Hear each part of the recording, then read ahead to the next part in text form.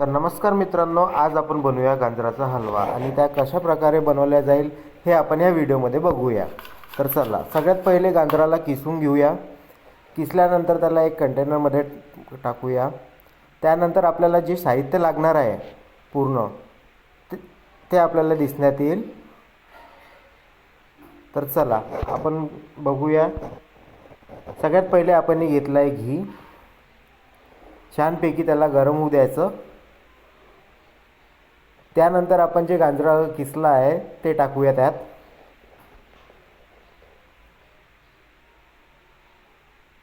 आता छानपैकी घोळून घ्यायचं त्याला।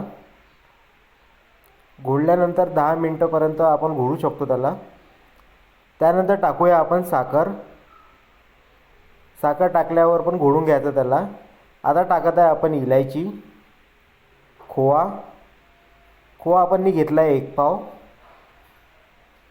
आता टाकूया आपण त्यात बदाम, काजू आणि चवीनुसार जर आपल्याला हवे असेल तर आपण किसमिस टाकून देऊया त्याच्यात आपल्या चवीनुसार।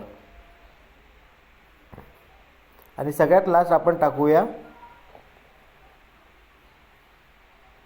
छानपैकी त्याला घोळून घ्यायचं। आणि हे बघा, आपला झाला आहे गाजराचा हलवा तयार।